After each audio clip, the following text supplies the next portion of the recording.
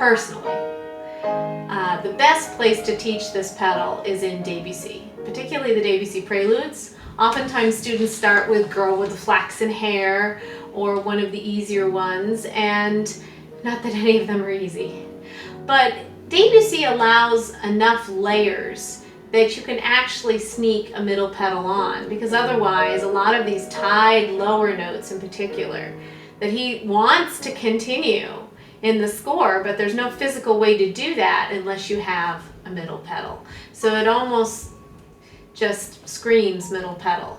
Obviously it was something he was experimenting with. He might have had a modern day piano that had one. But, you know, it's not that you can't play the piece without it, but it is one of the things that can add another layer of texture to your playing. So for this little segment, I'm going to obviously have to show things with my hands and then things with my feet.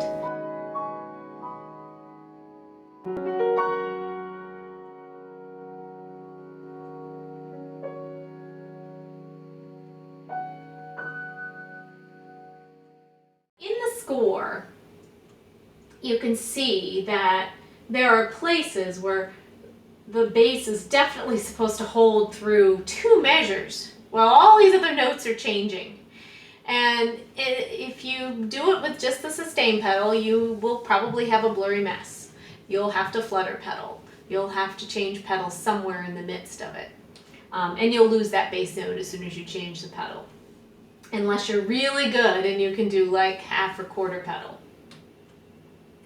So the first place that I see that we could really use middle pedal is about the 3rd line down. We've got this bass note, or notes that are supposed to kind of continue through, these D's in particular that are really important, and G flats, right? So right at that rolled chord,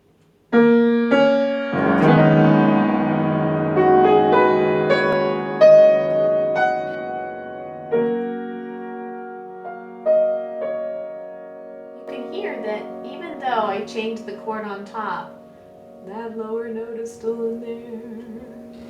So it's kind of a nice little trick. I can clear all the rest of the right hand chord when it changes, but the bottom notes will still be there. I'll do it again.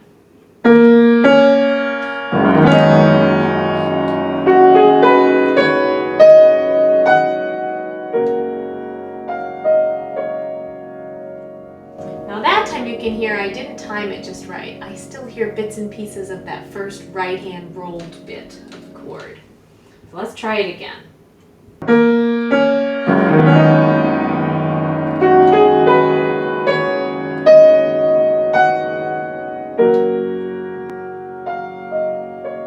That time I was successful.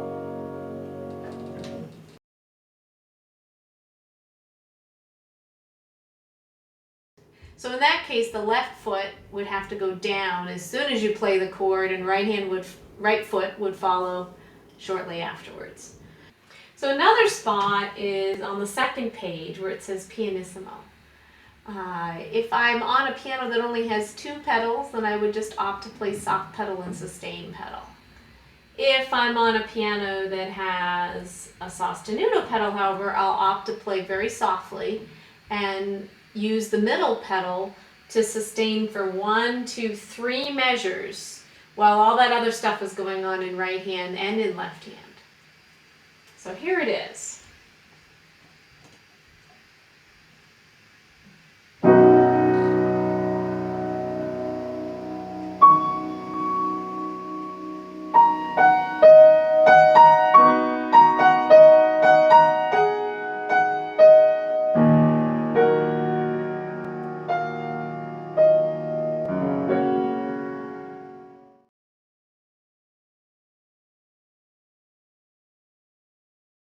So this piece uses all 3 pedals, and in the beginning it just starts out with basic sustain pedal.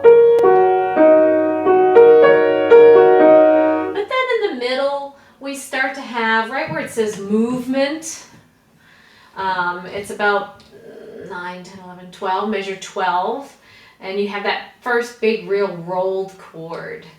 And that's a place where if you can catch the bottom hand in the pedal, the sostenuto pedal, it will continue to hold it. And then when you make that harmony change, only the harmony will change and that bottom will stay. Because remember, the sostenuto pedal only holds what we tell it to hold.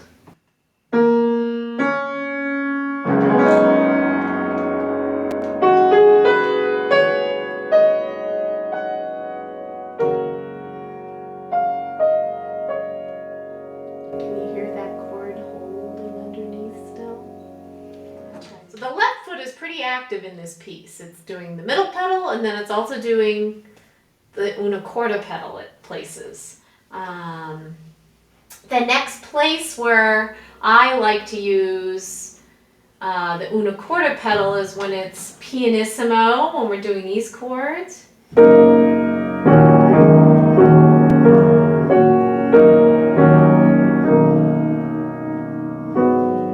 Just gives another color. Like I said, it has this warm, fuzzy sort of color, and it's muted a little bit, and it's a nice color change right there. And then at O movement, where it says très doux, very sweet in the right hand, we've got this long chord that's supposed to hold through, and especially the bass is supposed to hold through.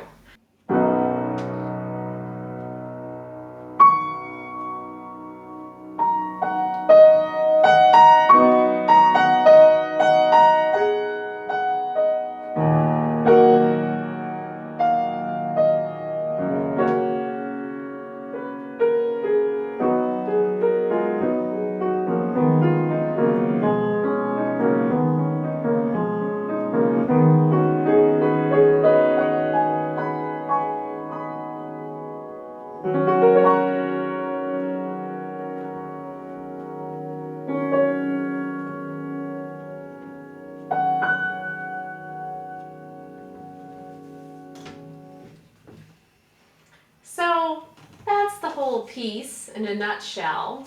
I'm going to perform the whole thing so that you can now see what's happening with my feet.